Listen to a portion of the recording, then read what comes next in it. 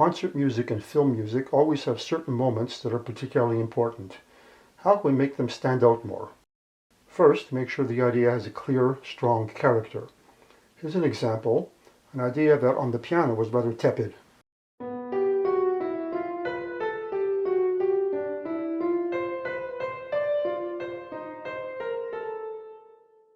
Now here are two other versions of the same idea, where tempo, register, dynamic, and orchestration have been altered to make the character clearer.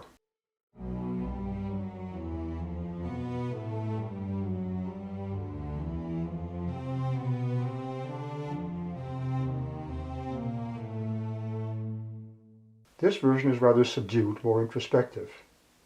And now the other version.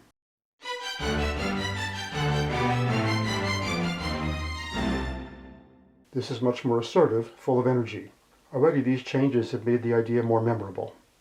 Now let's say we've chosen the second version and we want to reduce it within a larger piece, in a way that makes it really stand out. For example, if this were in a film, it could be a moment where it's an important surprise. Let's experiment a bit.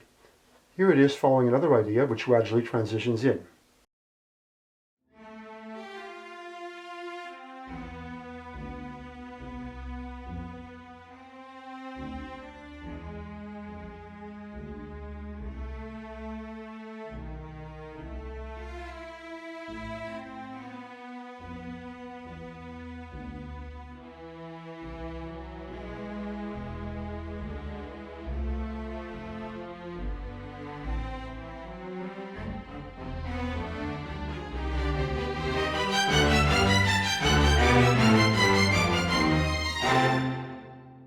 Now for comparison, here's a version with just a pause, no transition at all.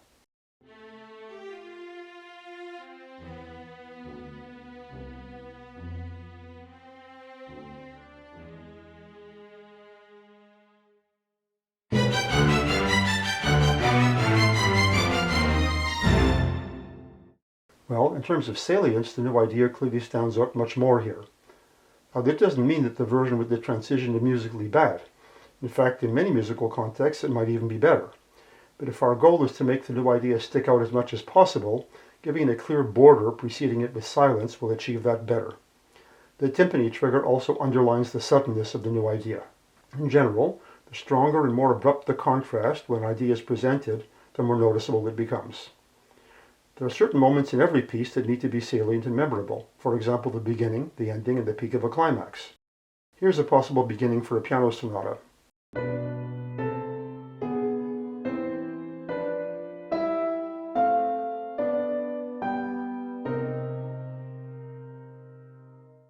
Now, another version.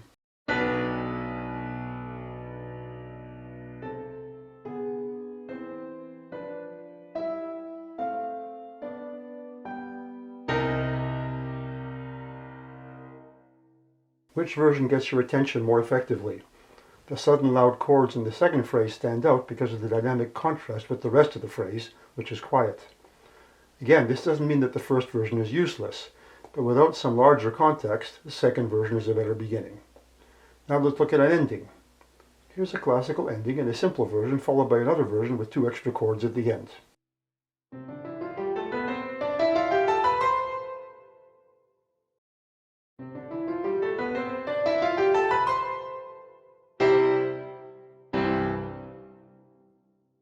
Simply by adding those chords, it sounds more conclusive.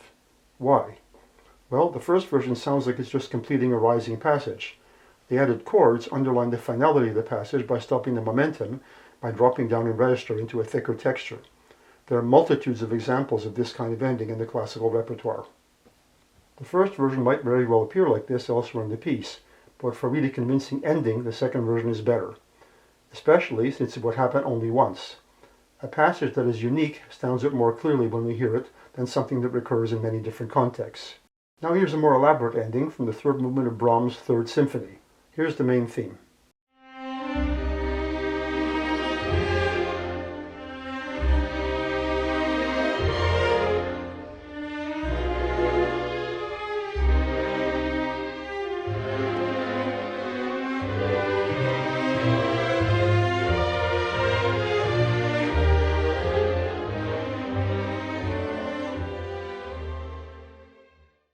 Within the movement, this idea alternates with other contrasting material.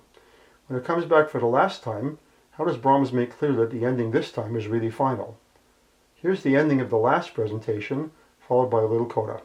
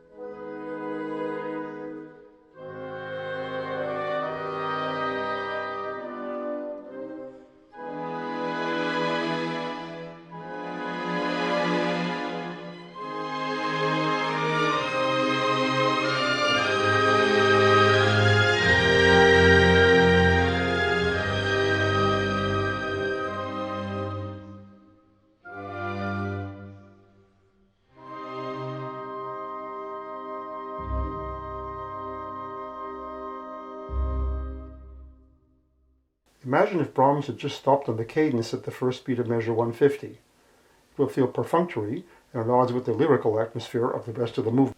By adding the coda, Brahms has the movement end with its most intense climax.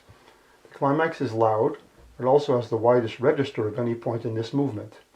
The sense of resolution is much stronger. Even the final tonic chord, held for 3 bars, is made special by the last 2 pizzicato notes. The strings have never all been pizzicato at the same time before this. The point of this lesson is when you want to really make something stand out, surprise is a critical technique. The other important way to achieve this kind of salience is by doing something that only happens once, like the biggest climax of the movement.